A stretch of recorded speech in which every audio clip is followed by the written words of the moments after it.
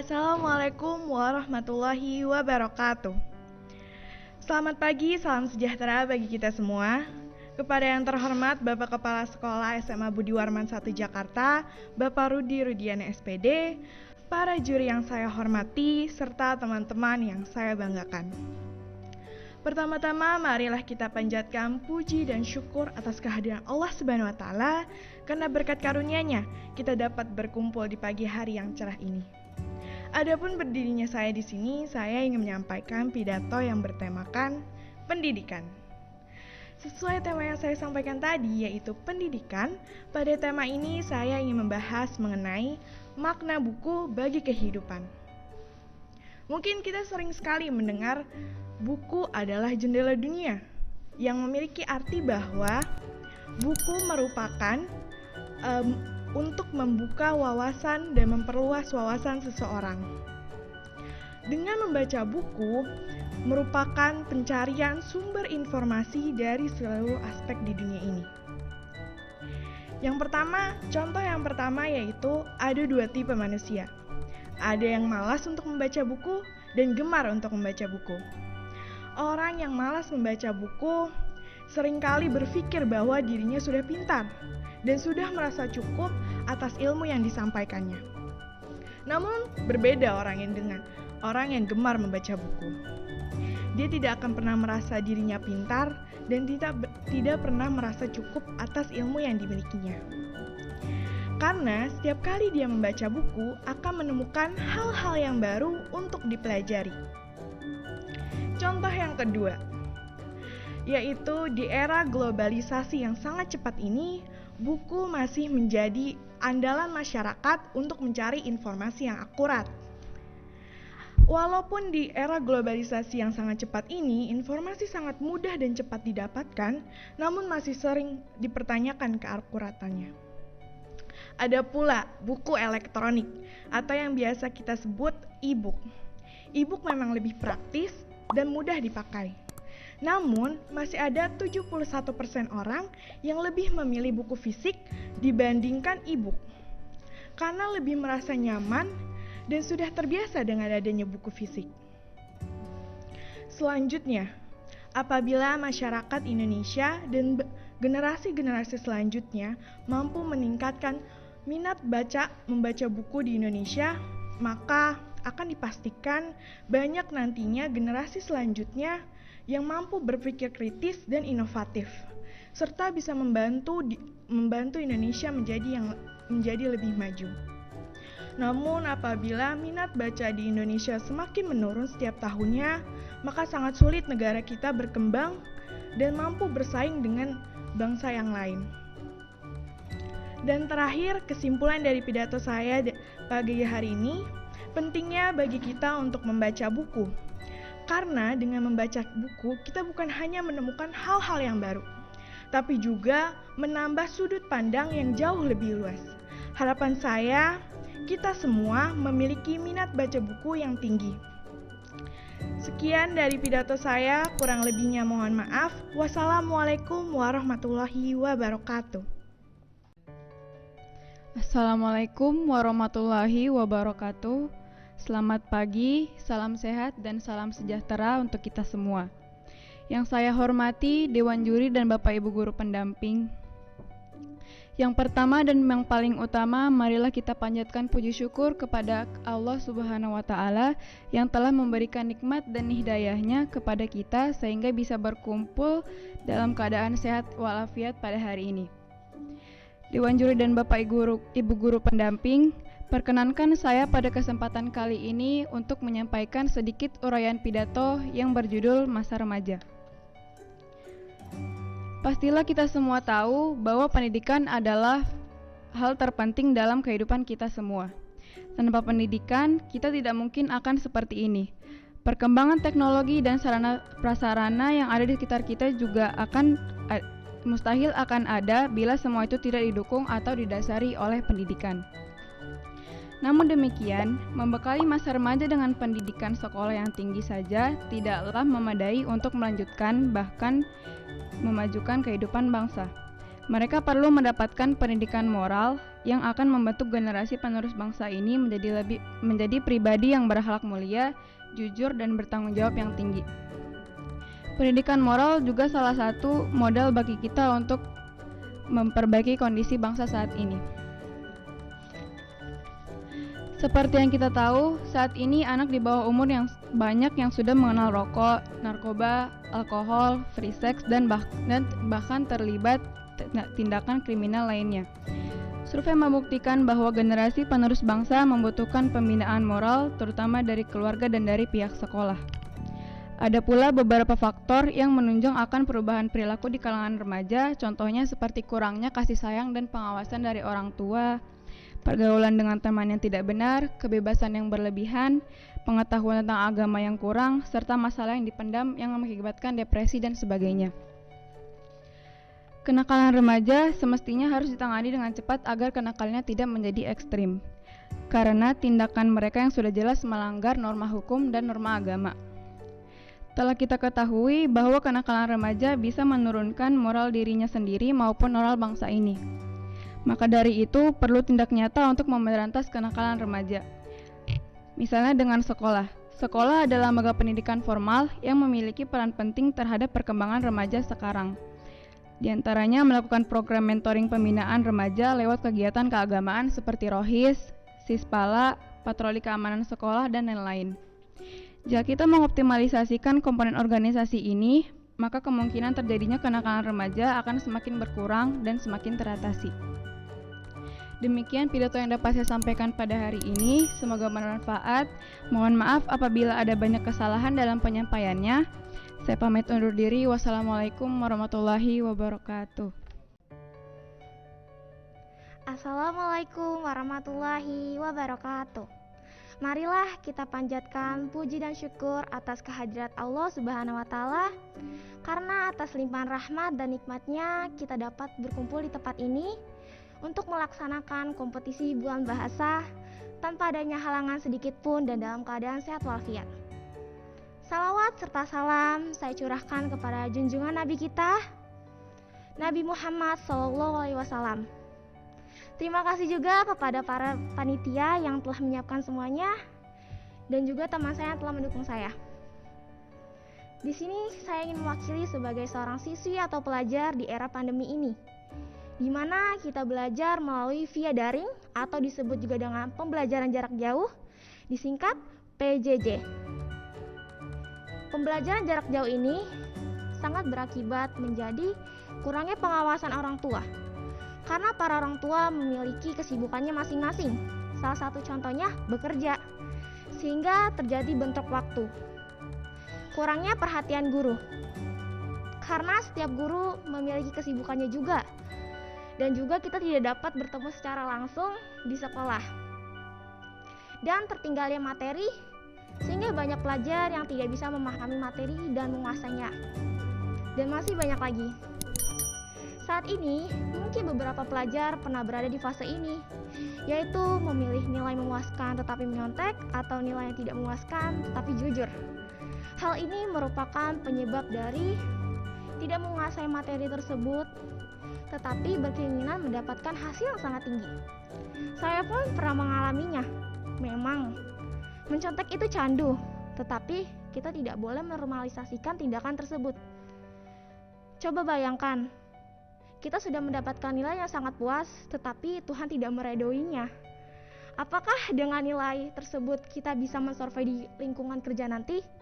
Tentu saja tidak. Justru kalau kita menggunakan semua kejujuran kita dalam pendidikan ini, kita tahu batas kemampuan kita dan dapat mengasahnya kembali untuk mensurvei di lingkungan kerja nanti. Maka dari itu, ayo lakukan kejujuran dalam pendidikan ini dari hal yang paling kecil dan jangan sampai berbuat untuk curang.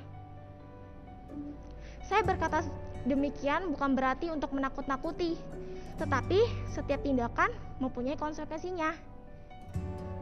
Jika ingin tuai hasil yang positif, maka tebarkanlah hasil yang positif. Sebelum menyelesai ini, saya punya pidato nih.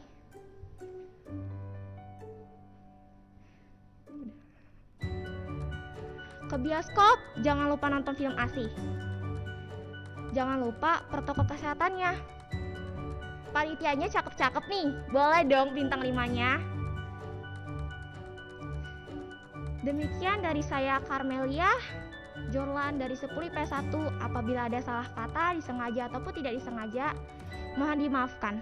Apabila ada manfaatnya, bisa diambil. Semoga pandemi ini cepat terselesaikan dan kita dapat berkumpul seperti biasanya. Terima kasih. Wassalamualaikum warahmatullahi wabarakatuh. Assalamualaikum warahmatullahi wabarakatuh. Yang saya hormati Kepala Sekolah SMA Budi Warman 1, Bapak Redi Rudiana SPD. Yang saya hormati para dewan juri dan teman-teman yang saya banggakan. Alhamdulillah, puji syukur kepada Allah Subhanahu wa Ta'ala yang telah memberikan nikmat sehat sehingga kita bisa beraktivitas sampai saat ini. Sholawat serta salam tidak lupa kita junjungkan kepada Nabi besar, Nabi agung, Nabi Muhammad Sallallahu Alaihi Wasallam. Pendidikan merupakan proses belajar untuk meningkatkan pengetahuan. Pendidikan bukan hanya sekedar mentransfer ilmu dari pendidik kepada peserta didik. Lebih dari itu, pendidikan meningkatkan sumber daya manusia dan menciptakan generasi yang cerdas. Pendidikan memegang peranan penting di kehidupan berbangsa dan bernegara. Hadirin yang berbahagia, kita tahu pendidikan sangatlah penting baik bagi kehidupan pribadi, berbangsa, dan bernegara. Sayangnya, tidak semua dapat mengenyam pendidikan ke tingkat lebih tinggi. Keterbatasan ekonomi dan keterbatasan akses yang membuat pendidikan menjadi sulit didapatkan. Oleh karena itu, kita yang dengan mudah mengenyam pendidikan, ayo kita gunakan kesempatan ini dengan sebaik-baiknya untuk mencapai prestasi setinggi-tingginya. Hadirin yang saya hormati, mengingat pentingnya pendidikan, mari kita siapkan diri kita untuk mencapai cita-cita yang kita inginkan. Demikianlah yang bisa saya sampaikan pada kesempatan kali ini. Semoga bermanfaat bagi kita semua. Sebelum saya akhiri, izinkan saya untuk membacakan sebuah pantun. Di dalam rumah wangi sekali, lebih wangi bunga melati. Dengan ilmu dapat jabatan tinggi, mari berlomba-lomba berprestasi. Wassalamualaikum warahmatullahi wabarakatuh. Assalamualaikum warahmatullahi wabarakatuh. Selamat pagi semua. Kepada yang terhormat, Bapak Redi Rudiana selaku Kepala Sekolah SMA Budi Warman 1, Ibu Guru Dewan Juri dan juga para hadirin sekalian. Puji dan syukur kita panjatkan kepada Allah Subhanahu wa Ta'ala karena berkat rahmat dan hidayatnya kita bisa berkumpul di sini dalam keadaan sehat dan tanpa kekurangan suatu apapun. Pada kesempatan kali ini, saya akan menyampaikan pidato berjudul Pendidikan di Indonesia. Kita semua sudah tidak asing lagi dengan pendidikan. Pendidikan adalah suatu upaya untuk mengembangkan keterampilan serta pengetahuan kita. Bahkan, sejak zaman penjajahan, bangsa kita ini sudah memiliki semangat yang tinggi untuk mendapatkan pendidikan yang layak. Hal ini terbukti dari tokoh-tokoh pahlawan Indonesia yang berjuang dengan gigih untuk mendapatkan pendidikan bagi bangsanya. Kita semua sudah tidak asing lagi dengan Ibu Raden Ajeng Kartini. beliau adalah perempuan hebat yang berperan penting dalam pendidikan di Indonesia. Beliau merasakan saat pendidikannya harus dihentikan dan harus berdiam diri di rumah. Tapi, beliau bertekad untuk memperjuangkan hak-haknya sebagai perempuan, terutama di pendidikan. Yang kedua ada Bapak Ki Hajar Dewantara, Bapak Pendidikan Indonesia. Beliau pernah ditangkap pemerintahan Hindia Belanda karena kritikannya. Lalu beliau dibuang ke Belanda. Dan selama masa pembuangannya, beliau menghabiskan waktu dengan belajar dan menambah ilmunya. Pada kepulangannya di tahun 1918, beliau bertekad untuk membebaskan bangsa Indonesia dari kebodohan. Dan pada tanggal 3 Juli di tahun 1922, beliau resmi mendirikan Perguruan Nasional Taman Siswa. Tapi apakah pendidikan di zaman sekarang ini sudah merata? Tentunya belum. Faktanya, 65% penduduk Indonesia hanya tamatan SMP sederajat. Dan sesuai pada data Susenas di tahun 2017, hanya 8,5% penduduk Indonesia yang berpendidikan tinggi atau sampai di jenjang perkuliahan.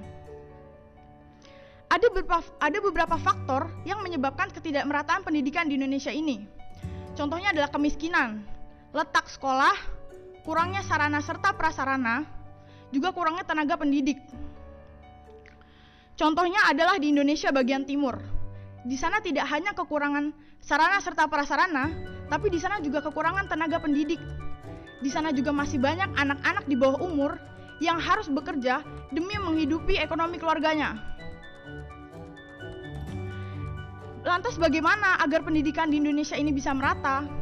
Ada beberapa cara agar pendidikan di Indonesia bisa merata. 1. Membangun sekolah di daerah yang belum memiliki sekolah. Yang kedua, melengkapi sarana serta prasarana yang dimiliki sekolah. Yang ketiga, menambah tenaga pendidik. Dan yang keempat, memberikan akses yang mudah bagi mereka yang sulit untuk sampai ke sekolah. Contohnya seperti membangun jembatan, membangun jalanan. Kita sebagai generasi penerus bangsa harusnya bisa memanfaatkan ini dengan baik, memanfaatkan pendidikan ini dengan baik. Kita harus belajar dengan rajin, mengisi waktu kosong dengan hal-hal yang bermanfaat, hal-hal yang produktif, hal-hal yang berguna. Agar apa?